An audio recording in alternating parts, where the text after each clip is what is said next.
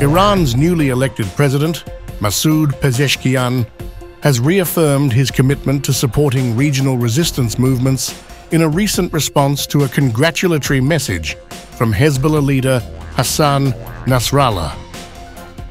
Pezeshkian emphasized the continuation of Iran's support for groups aligned with Tehran's policies in the region.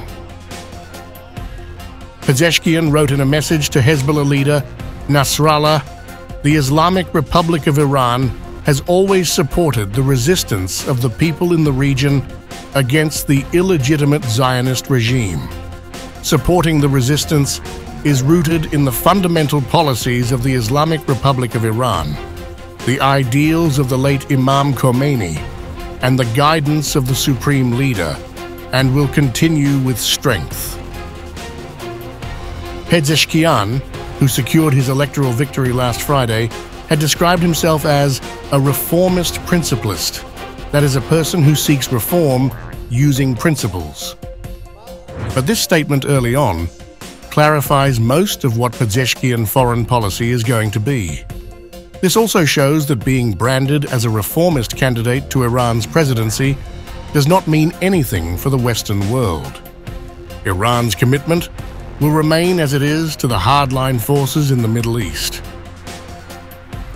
In his message to Nasrallah, Pezeshkian expressed confidence in the regional resistance movements against Israel, stating, "I am confident that the resistance movements in the region will not allow this regime, Israel, to continue its warmongering and criminal policies against the oppressed people of Palestine and other nations in the region."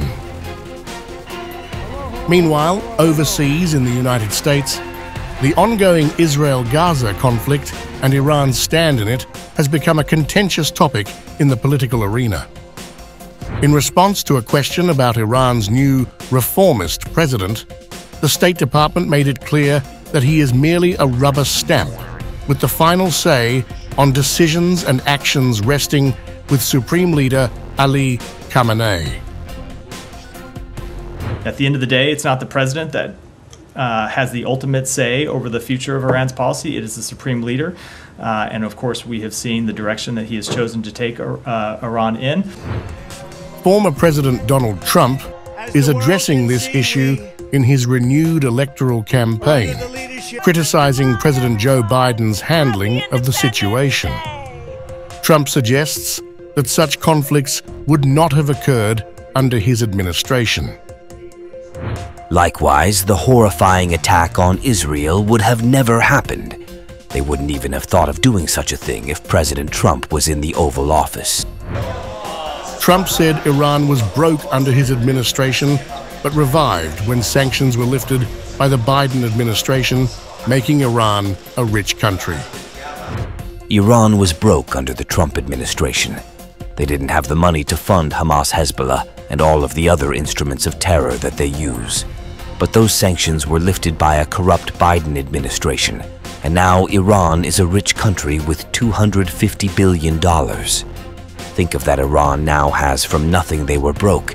They now have $250 billion, $6 billion. They also got for hostages $6 billion, and for electricity to Iraq, they were given $1 billion, all compliments of an incompetent Biden administration. Tensions in the Middle East are taking no time to ease.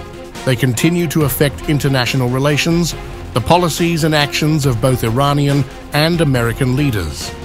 As Pezeshkian solidifies his stance on regional resistance, and American political leaders debate the best approach to handling Iran, most of what we could expect goes beyond US elections in November. subscribe.